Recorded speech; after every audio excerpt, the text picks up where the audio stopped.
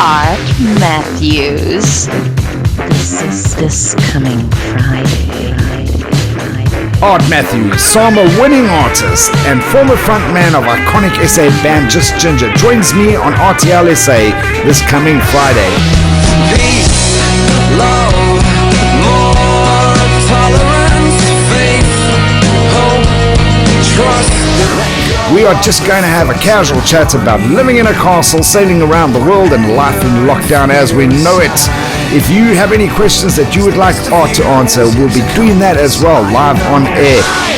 Like you madly, like This you coming madly, Friday. all the same. Art Matthews. Join me this coming Friday between 12 and 2 as we get into the mind space of the legend that is Art Matthews. It's certainly one of my most requested songs on the show, and he is an absolute legend in the South African music industry. Of course, the former frontman for Just Ginger, who's now gone on a solo career and done so well for himself, winning himself a SAMA award as well in the process. And joining me now on the line, or actually via Zoom, a very good afternoon and welcome, Art Matthews. So good to have you on the show.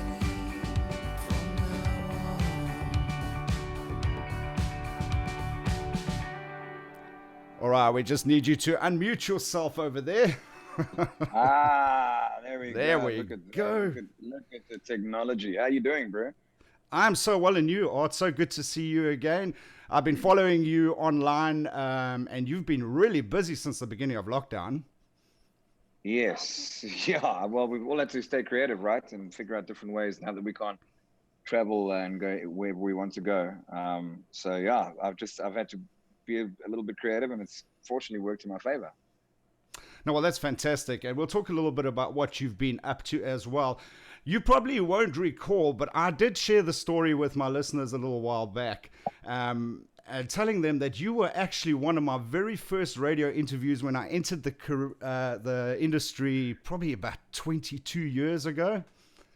I don't know if you remember being on Horizon Stereo many, many years ago. It rings a slight bell on the horizon, but not 100%. Sorry, matey. No, I wouldn't expect you to, because you do so many of these interviews anyway. But what I was talking about when I was discussing it was the fact that being green in the industry and then interviewing someone like you who was very big in the music industry at the time and still is, obviously, you had such a calming effect on me as a presenter who was doing my second or third big interview at that time. And it was just your personality that came across.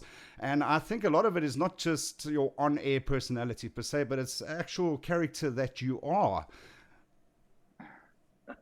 Well, thank you, Rob. I'm so glad I could help calm things down. I think quite often in life people seem to forget to be present in the moment and kind of create a bigger deal about the moment than it should be. And I'm very happy that I could pass it on to you, because what we've realized, especially of late, is the things that actually matter, the things that are really important. And our first interviews are normally nerve-wracking, but I'm really glad I could pass on a bit of chill for you that time, bro. Yeah, absolutely. Now, Art, like I was saying a little earlier, you've been so busy since the beginning of lockdown, and it all started off with your On the Roof series, and that first one was huge, and you went on to do some great things with this. Tell us a little bit about the thinking behind it. Yeah, so I just woke up one Saturday, and about 3 years ago, I bought this heritage building in Hout Bay. It's a Scottish castle. And it was one of the original buildings in Hout Bay that they used to. It's the people who built Chapman's Peak actually lived in there, and it's built from the stone of Chapman's Peak. And I realized that I've got this castle, and the castle at the very top of the turrets. It's got the most ridiculous 360-degree view of all of Hout Bay. And I woke up one Saturday going, I can't go anywhere. I've got speakers downstairs in my dungeon studio. Why aren't I doing something creative? And I'll just literally I just called my mate, Andrea, who stays on the property with me, and I was like, "Do you help me get these speakers upstairs?" And it was a complete just spur of the moment jam, and I happened to have just the perfect spread. The sound was great, and people were stoked. Everyone came out. They were sitting on their roofs, and it was quite special. So yeah, it was because of the spur of the moment of it, and the fact that it was a give back to charity and all these things that I guess people responded to. Pretty cool. And now you speak about the charity element because you decided to raise funds, and I heard you in a previous interview speaking about how it started with a 50-50, and by the time I think you hit the second or third show, you were giving 100% back to charity. Tell us a little bit about that. Yeah. Well, it started as a 50-50 percent proceeds going to charity because, I've spent my whole life living still month to month. I'm a muso, even though it sounds fancy that I've bought a castle, it's still half of it is still owned by the bank, and I have expenses like everyone else. I just realized, well, after the first one did so well, I was like, oh, well, I don't need all the money because I'm fine for this month now, and I'll be fine next month. So I managed to kind of dwindle the amount that I needed, and I managed to make it all about the people who really, really, really needed it. So I kind of gave myself, like, I was sorted out for it was April at that stage, and in May I was like, yeah, I'm fine. So I can actually give most of these proceeds away. So it was just a sliding scale of importance. So that's kind of where it came from. So when you started it, when lockdown started, you were one of the first people to get really actively involved in streaming and doing shows and things like that. And it's now, over time, it's sort of become like the new normal per se. How do you think that streaming is going to affect the music industry specifically, but you can even expand it a little bit more to more industries going forward? I don't know. I must say in general, I think a lot of people will agree with you that this whole experience has had positives and negatives. And I think one of the positives that I tend to focus on is the kind of break that the planet took from our overconsumption and our overusage of it, and our tremendous carbon footprint. The fact that we were justifying flying all over the country and the world to play for sometimes only a couple hundred people. And if you think about what that carbon footprint is to do that. I'm hoping that it's going to challenge a lot of people to go, well, is this really worth it? Is it really worth traveling so far? When it could be, it's basically converting this could have been an email chat to this could have been a Zoom concert.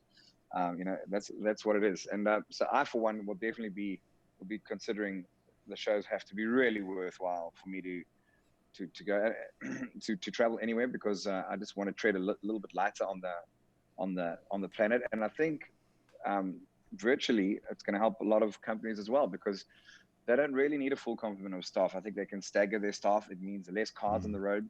Those who can work from home should work from home, and they can alternate. And I think in general it might help peak hours around the world, might help smog conditions, and also just also the social interactions will just help keep a little bit of a more natural distancing from, instead of all just being condensed on top of each other. What that means for the music industry, we don't know. That opens another conversation up, because we should also have the right that if we do want to be one of the 60,000 people at a concert or a festival, then we should have that choice, even knowing the consequences thereof. So that's a whole nother conversation. But I'm just saying, in general, I think it's been wonderful that we realize that we can actually do a lot without having to kind of be present, if that makes sense, in the flesh. No, absolutely. It makes a lot of sense. Yeah, and I just have to, because I agree with you, being a musician myself, and streaming is so weird when you play your guitar and you're not getting that feedback and the response. But now flip it around from the perspective of the audience. Quite honestly, watching a stream, as comfortable as what it is, being able to be in my jocks and put my feet up and have a brewski or a cup of coffee, it's not the same as being in the same vicinity of an artist or someone like yourself, for example. Yeah, I mean, I guess so. A lot of people will miss that, but I think it'll come back. It'll just be a little bit more conscious, and there'll be a little bit more thought around it. It won't be so taken for granted. So when you do go to a concert, it's because you want to experience that interaction, and you'll always have the option of not going if you don't want to go, because I think going forward most concerts will be streamed as well as having the occasional live interaction as well. So it's interesting, because I don't know quite how it's going to unfold. I have a feeling, being creatures of habit, we'll slip back into our old ways sooner rather than later. And some of it will be for good, some of it will be too soon and a little bit ignorant. But we don't quite know what the future holds. But it's certainly shown us a lot about what possibilities there are. All right, let's talk a little bit about Tim, yeah, because Tim, obviously the impossible machine, and Tim, you've now taken it and you've got a boat that you're talking about sailing around the world with. Let me not just talk about it.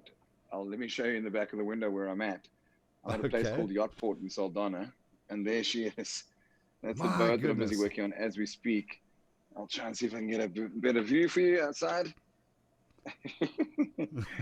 That is her there. Sure. She is huge. She's a beauty. She's a monster. And as you can imagine, it requires a lot of work. No, so I can imagine. I'm going to Are be you doing it all yourself? Every day for the next half an hour. I'm going to be doing a live stream. So I hope everyone will log in. Now, are you physically working on the boat yourself, doing it all on your own? No. She's at a center called Yachtport, which is a well-known, it's a boat like workshop where they do a lot of work on boats. So there's no ways. I mean, I don't even think I own a penknife. So my mechanical skills are not great. But I do. I got a yachtmaster license 10 years ago. So I just had a feeling that this might happen one day. So I have a very advanced sailing license.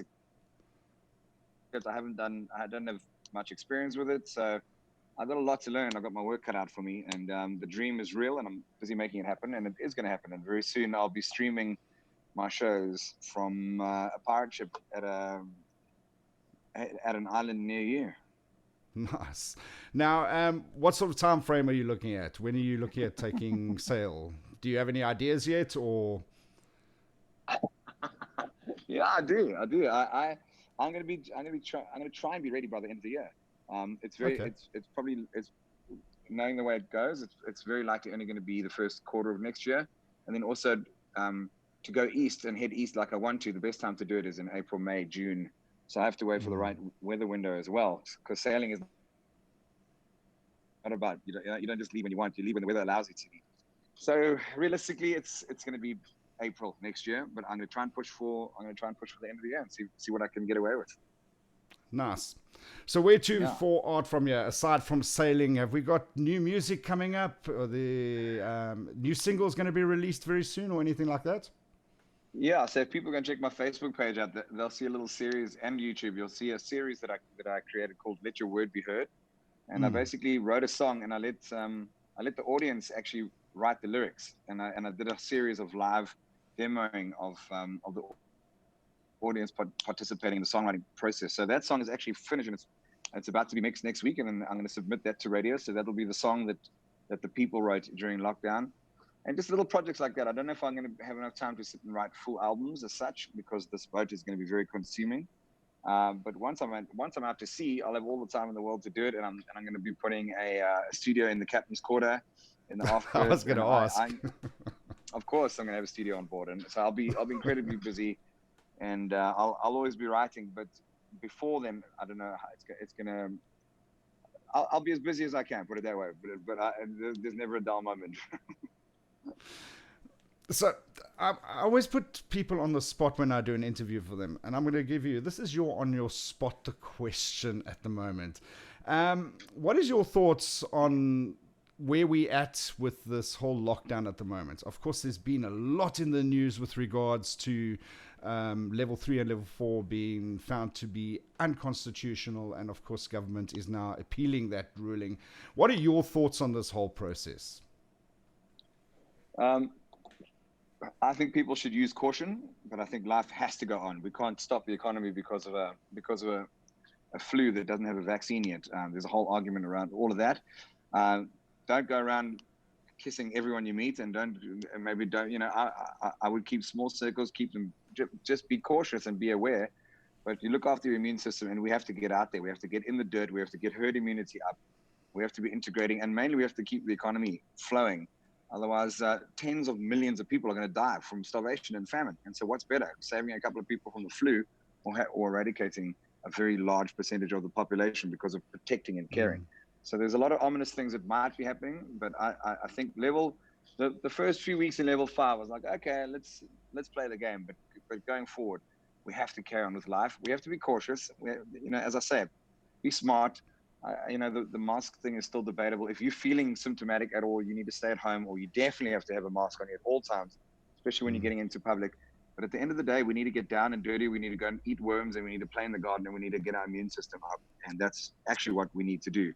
So the first part, I was quite happy with how we handled it. But the coronavirus is not going to go away. It's going to mutate. There's going to be more. They're going to be worse. And the more we sterilize ourselves and the more we stay clean, the more vulnerable we're going to be. So we need to get out and dirty, get on with life. Because as we know, it's not a guarantee. It's a given. It's a gift every day. And I reckon that millions of people share the same sentiment as you do. And just in closing, Art, I need to ask you this question. For somebody that's in the music industry and that is starting out, if they want to be sitting 20 years from now where you are sitting, what is the best advice that you'll be able to give them? Bro, it's all evolved, because the only advice I can give for anyone who gets into music at all is to do it because they love it. And if you're doing it for an outcome, if you're doing it because you want fame or because you want money, then it's going to be a long road, So if you're not doing it from the heart and because you really love playing music and let everything else be a bonus and a blessing, then I would say it's going to be a long, arduous journey. So the only advice I can get is make sure you get nice legal advice. But we live in a world where you really don't need to be signing major record deals. Just get clever, get creative. We have this unbelievable facility called social media, which we could be clever on. But if you're playing music and the purpose is to become famous, whatever that even means, then I would say it's for the wrong reason. So just do it because you love it. Because remember, music is from the heart, and if it's not, it's going to be a long, sad story. For sure, and some good advice. Well, Art, I'm going to let you get back to sanding down the deck or something like that, or whatever you're doing today. Yeah, have you been today, so it's a big thing. Oh, nice. Have you been able to get yourself a little bit of a beverage or something to last you through the weekend? Yeah, bro. Don't worry about me. I'm a rock star. I make plans, bro. I've been fine. I've been fine the whole time. Don't worry about me. I was just talking on air last night that I was one of those people who's so in touch with the news, and yet I missed the deadline for the bottle store yesterday. Oh, well, anyway. No, I'm sorted. I'm organized. Great stuff. Oh, thank you so much for joining us, and best of luck with all your endeavors in the future. We'll be following you on social media and look forward to hearing a lot more from you. Bro, I appreciate your time. Thanks for having me on, and thanks for supporting the music. And have a good weekend, bro. Have a little dope for me. I'll certainly make a plan. Have a good one, Art. Right, there we go. That's Art Matthews for you on RTL SA. And I told you, very nice guy to talk to, and definitely one of the movers and the shakers in the industry, and not just music, but from a social level as well. And he's definitely a leader in all fields and someone to follow. So you can catch him on his social media profiles. Just go search for Art Matthews on YouTube and on Facebook as well. RTL SA.